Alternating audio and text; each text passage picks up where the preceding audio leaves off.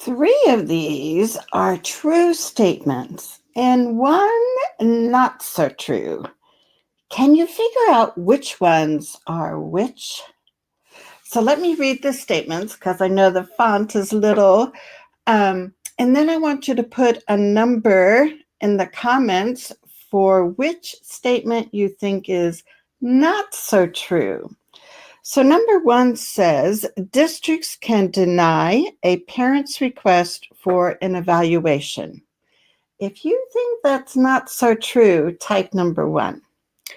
Number two, districts can decide your child no longer needs special education services. If you think number two is the false statement, type two in the comments. And let's look three. There are times when the district can evaluate your child without your permission.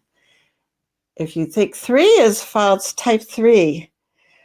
And the last statement says assessments need to address your child's strengths and needs.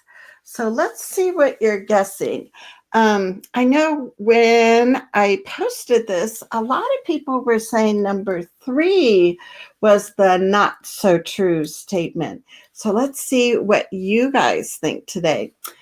If you are new to our show, let me introduce myself. I am Charmaine Tanner. I have an adult son with Down syndrome who receives special ed services, inclusive special ed services when he was in school. And I wrote a book that's on Amazon, and you can get your very own copy. It's called The Art of Advocacy, a Parent's Guide to a Collaborative IEP Process. And this actually was a number one bestseller on Amazon. But what I do now, since I've retired from teaching, is I am a full-time professional advocate. So I work a lot with individual families, helping them speak up and be an even more effective advocate for their child. I also host this weekly free training so every parent can get the information that they need. So say howdy to us so we can say hi back. And we are going to be looking today at some evaluation tips and maybe little known facts about evaluations. So welcome to our show, and we shall get started here. So these are questions that I've had come in, and the first one says, my son is having his first special education evaluation. How long does a school have to finish the testing? So if you remember your child's maybe first evaluation ever for special education, or if your child is in the process of getting reevaluated, you want to be sure that you know about timelines. Now, many parents have heard that the evaluation needs to be completed in 60 days. The caution is that you need to know what your state regulations are, because sometimes there can be exceptions. For instance, let me go back here just one more. So for instance, in Idaho, it talks about the 60-day calendar for completing the testing and getting to eligibility. But there's this little exception in the state regulations that say if there's a break in school for 5 consecutive days, then the district is not responsible for continuing to assess. So what does that mean in plain language? It means if your state regulation has an exception like that, they don't have to continue the evaluation and get that assessment done over the summer or over winter break. So you need to really know what your state regs say If you need help finding them, let me know. Just put in the comments what state you're from. And if you need help finding your state regs, I'd be happy to do that with you.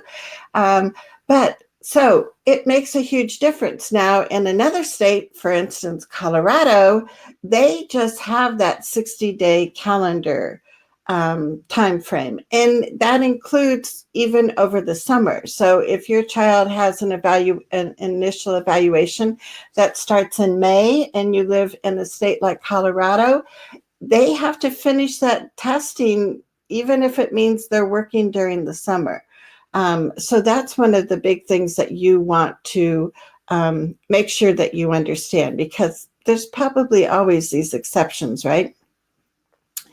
Now, I think the other misunderstanding is that parents think the 60-day timeline is to finish the testing, when really the 60-day timeline is they have to not only complete the testing, but also determine eligibility, which means you have to have an eligibility meeting within those 60 days. But let's look. One, the clock doesn't start until you've signed the district's consent form. Now, I used to encourage parents to send a letter or an email to the district asking about, requesting a special ed evaluation for their child.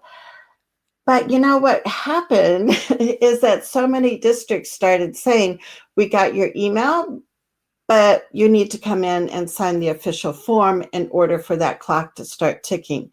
So make sure that you sign that official consent for evaluations form in order for that 60 calendar day clock to start ticking. Now, the other thing that you need to be aware of, in most states, the 60 calendar day clock is for initial evaluations. So the very first time a student gets evaluated for special education, they would have that 60 calendar day frame.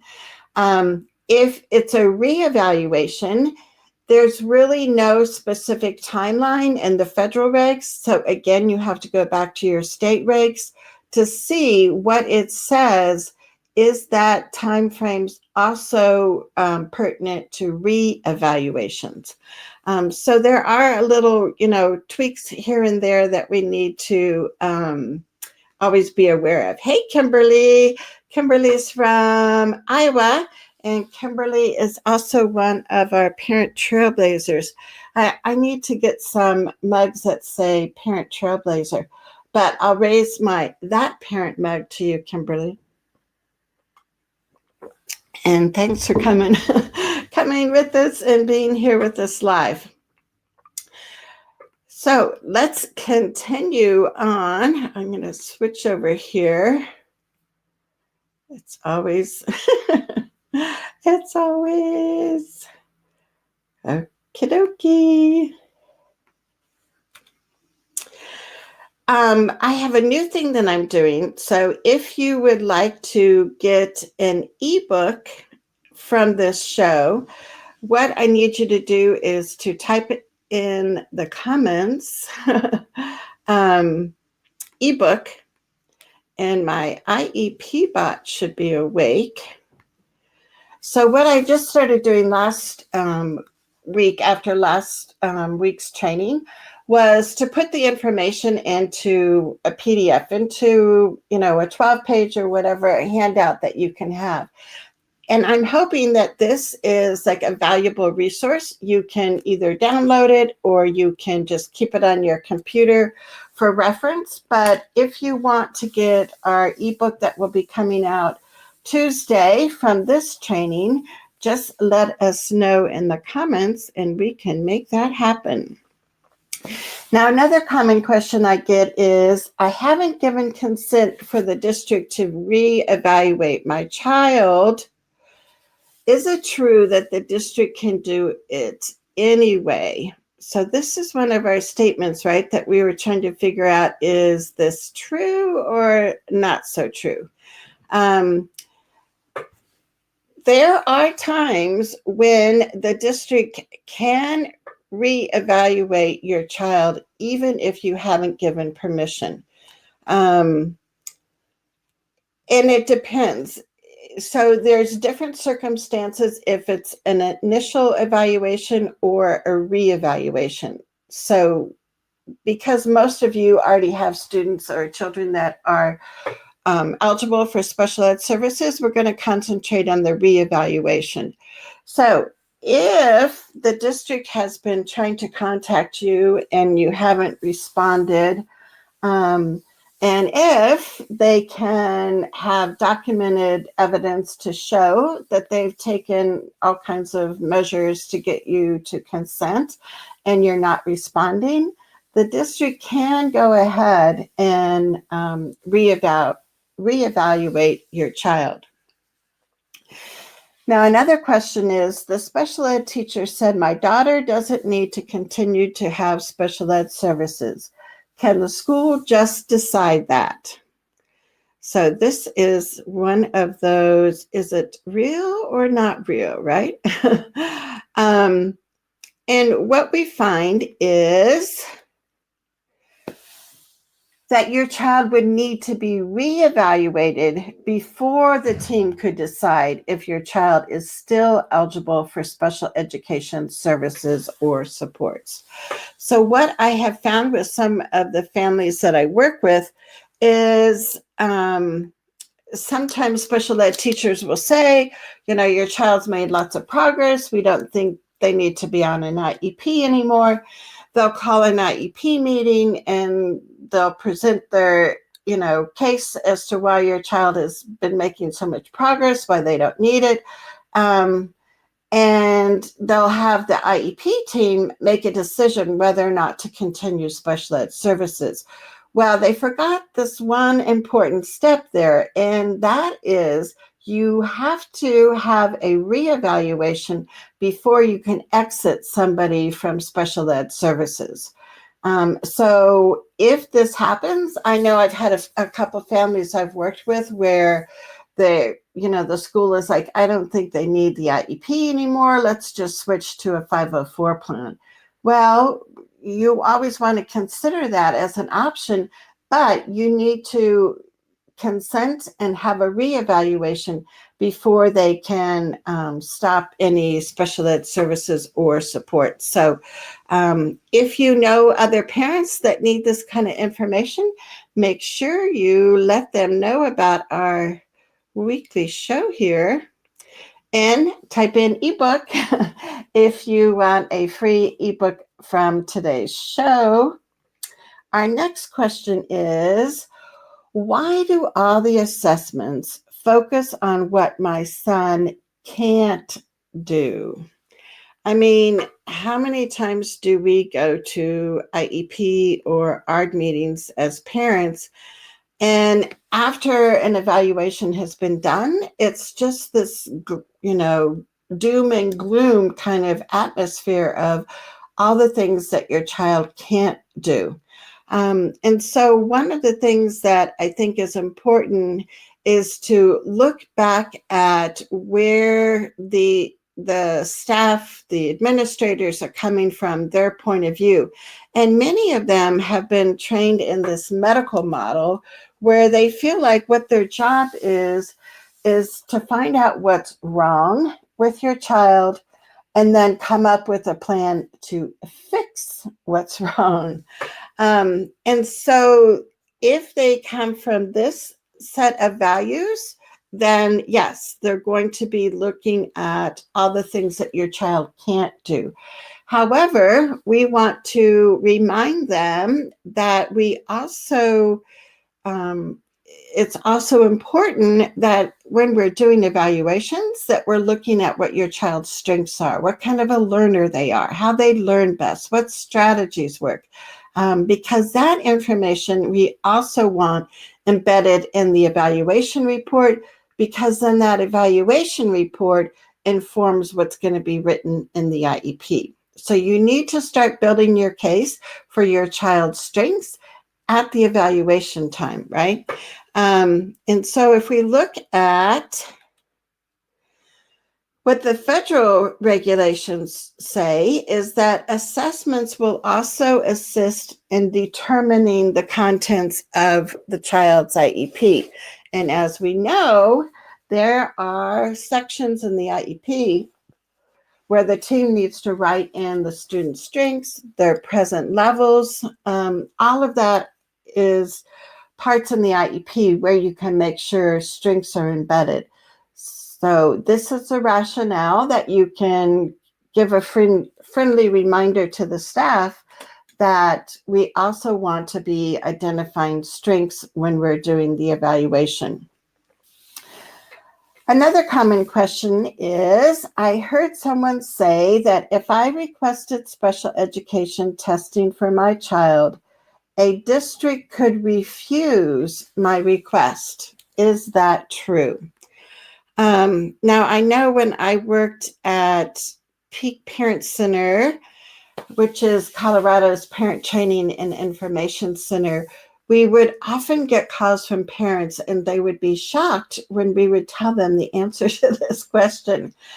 So yes, guess what? The district can refuse your request for an evaluation. And this you may find shocking. I don't think it necessarily happens that often, but you need to be prepared. I think there are some parents out there that believe and share with other parents that all you have to do is request an evaluation and you'll get it, because that's not often always the case, right? There are times when the district will decide that an assessment or an evaluation is not needed.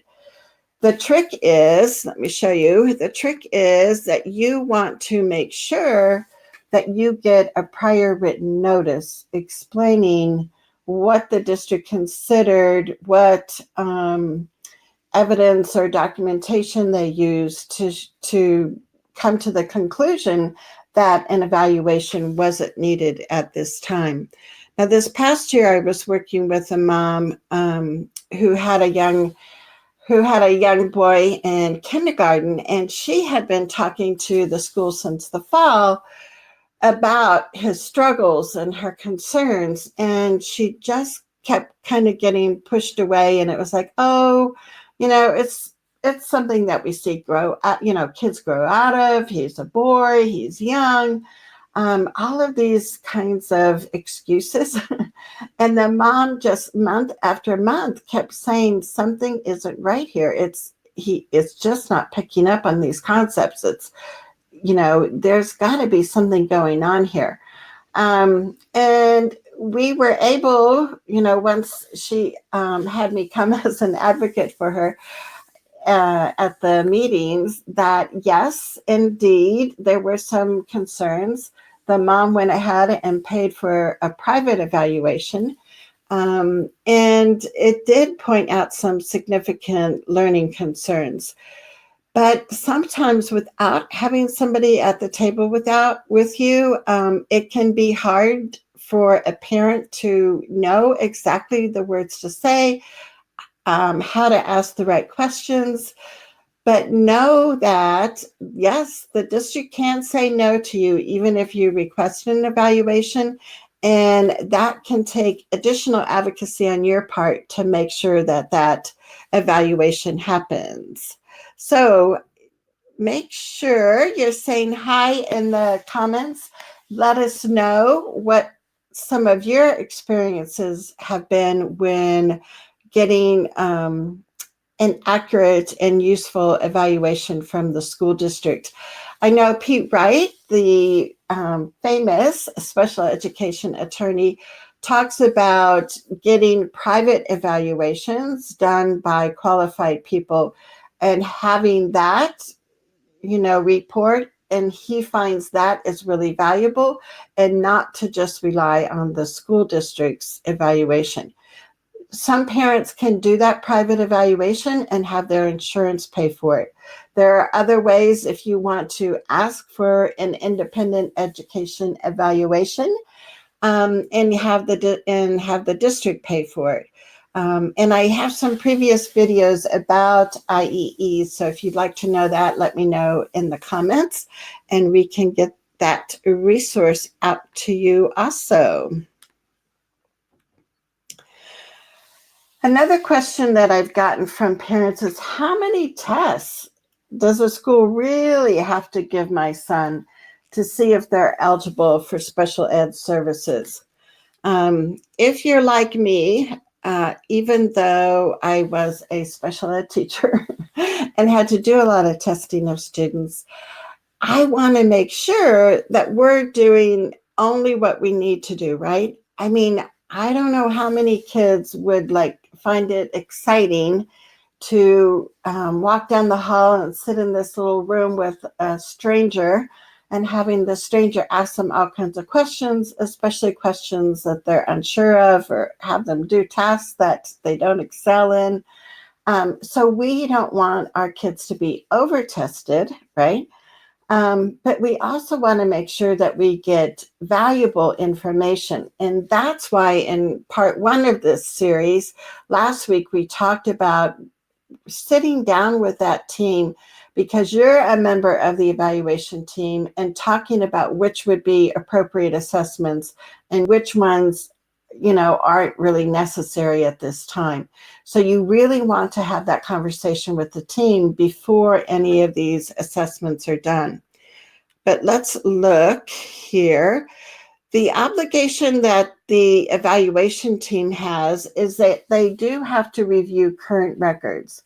And they have to assess in all areas of suspected disability. So when we talk about reviewing records, the evaluation team has that responsibility to see what information they already have. Maybe the parent did provide a speech and language evaluation from the private SLP. Maybe the parent provided a sensory profile from the private OT that had recently been done. Look at the class records, any kind of in-class assessments, all of that. The team should be looking at and seeing, okay, we already have that area covered. We really don't need to assess anymore in that area. Or no, we're really missing this part and we really want to kind of dig a little bit deeper here. So after they review their current records, then an individualized, customized evaluation plan should be there for your child as far as which evaluations are really needed at this time. So I call this the Goldilocks rule. And I actually use the Goldilocks rules for lots of different things. But, oops, let me go back. So the Goldilocks rule. So this is the whole concept that we only want what's necessary. We don't want too much testing. We don't want too few of assessments being given. We want the just right amount. So when in doubt, think about Goldilocks and the Goldilocks rule as far as how many assessments are really needed in order to have the team feel like they've captured a good picture of your child as far as being a learner. Again, if you just joined us, I see we have some new live viewers with us. Hey there, type ebook in the comments below and you will get a ebook emailed to you on Tuesday after I write it about today's show.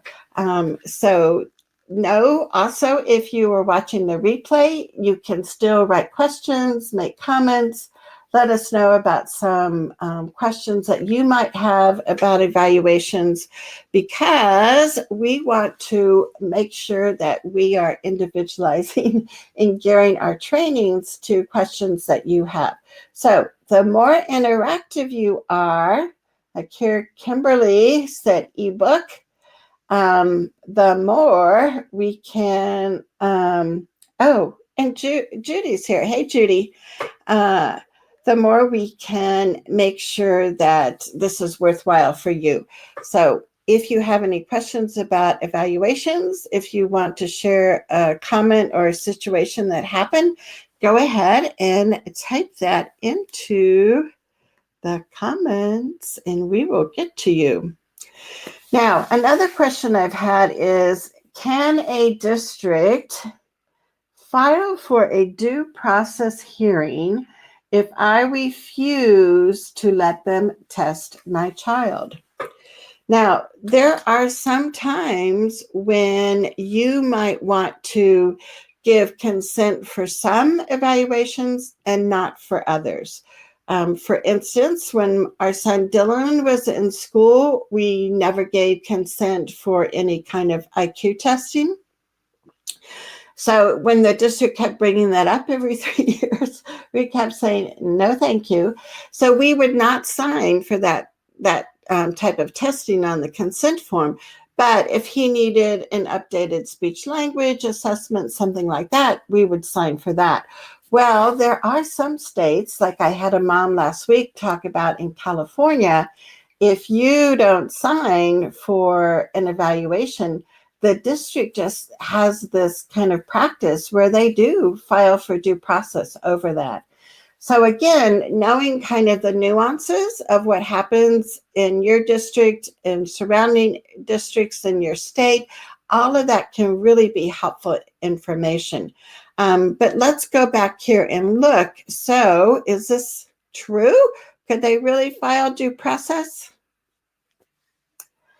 So again, this depends on if it's for an initial evaluation or for a re-evaluation, because they have different sets of regulations. So let's say it's a case where the parent refuses to consent for that first evaluation, that initial evaluation. The district can file for a due process hearing. And if the hearing officer rules that the assessment is appropriate and the parents don't appeal, the district can legally do that assessment. So again, this is the kind of information that you want to make sure that you fully understand. And that you can, what I think is really helpful when parents work with an advocate is that you can really strategize with the advocate. Like if we say this, what do we think the district might do? What would our next step be? And you're predicting what's going to happen, and you're kind of laying out your strategy before you go into that evaluation meeting, before you go into that IEP or ARD meeting. And so it's not just a matter of signing or not signing an evaluation consent form. It's a matter of knowing what your strategy is, knowing what information you are trying to get so that your child in the end gets that education that they deserve, because that's what we're all about, right? It's not about fighting at meetings and figuring out all these regulations. It's about making sure your kid gets what your kid needs at school. So that's our ultimate goal with everything that we talk about on this show and also elsewhere. So let's go back. Here's these 3 truths and 1 not so truth. Which ones are which? So let's look.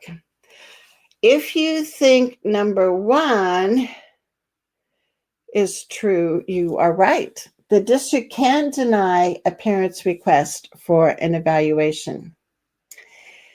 If you think number 2 is not so true, you are correct. Districts can decide your child no longer needs special education services. And this is not so true because they would have to do a reevaluation before your child would be exited from special ed services. Number 3, there are times when the district can evaluate your child without your permission. And this is true, especially if parents aren't responding to the request to do the evaluation. And our 4th statement is also true, which says assessments need to address your child's strengths and needs. And I was surprised. I thought people were going to pick this one as the one that was not true. because I think people are so ingrained in that we only hear about what our kids can't do when we get evaluations.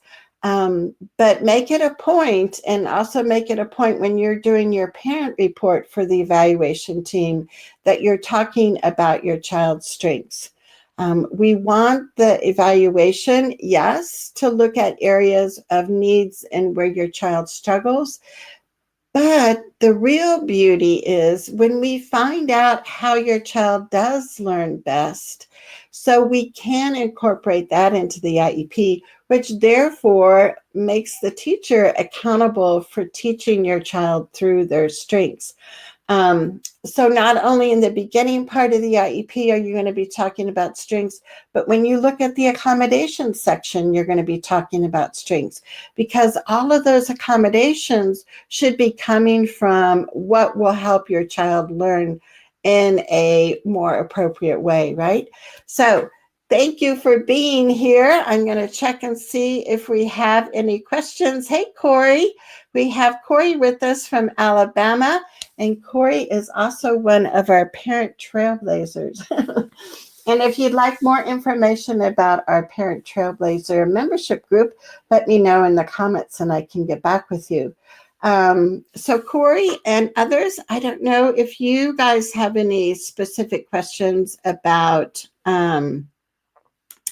evaluations, and maybe, questions that you've heard, or, statements that you've heard from, to kind of dispel those myths that you might be hearing about and clear up any misconceptions about this special ed journey and what your rights and responsibilities are, and how we can make sure that your child is safe, happy, learning every day at school beside their friends, because that is our ultimate goal when we are putting that advocacy hat on for our kiddos.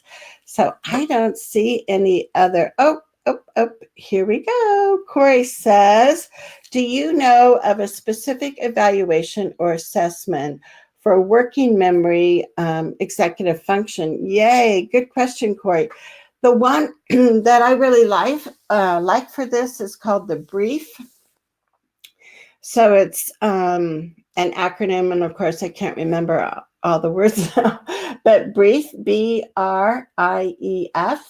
And the BRIEF not only is a good assessment for working memory and other executive functioning skills, but the thing that I really like about it is it gives the teacher, which also gives the parent, ideas and strategies of what to do for, different areas that are challenging for executive functioning skills, like organization or working memory, things like that. So the BRIEF is one. It's like a lot of behavior things. It's more of a checklist. It's not like sit down and take this test. But the student can answer it, the parents can answer it, the teachers can answer it. You can get everyone's viewpoint. And like I said, then the best part is to make sure that the teacher taps into what strategies are recommended with the BRIEF. And then as a parent, I would say to the teacher, I heard the BRIEF has, all these strategies and ideas. Can you share those with me? And so that would be really helpful. Let's see. And Corey says, this could be used to create a better list of accommodations to be included in the IEP. Oh, exactly. And that's the beauty, I think, of when we really focus on our, children's strengths, is that we want teachers then to use that information to not only inform their instructional strategies, but also how they motivate our child, the accommodations that we're going to be writing that are going to be specific and really carved out for our child versus just this laundry list of accommodations that so many times we see. So yeah, this can be really helpful. So thank you, Corey, for being here and engaging and interacting. We like that. Um, Next week, we have an advocate from Michigan, and she is going to be talking about filing Office of Civil Rights complaints. Marcy Lipset is the advocate. She has filed hundreds, maybe more, maybe thousands of Office of Civil Rights complaints. And she will be telling us about her journey with that and the results that she has seen from filing those OCR complaints.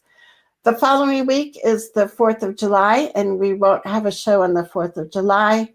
July 11th, our next Thursday, we are crossing our fingers that will work for my son Dylan to come on and do a show with us about post-secondary education and inclusive college opportunities for students. So that is our lineup for the next few weeks. I hope that you will continue making comments on this thread in our Visions and Voices Together Facebook page. And until next Thursday, I want to wish you a wonderful ending to your week, and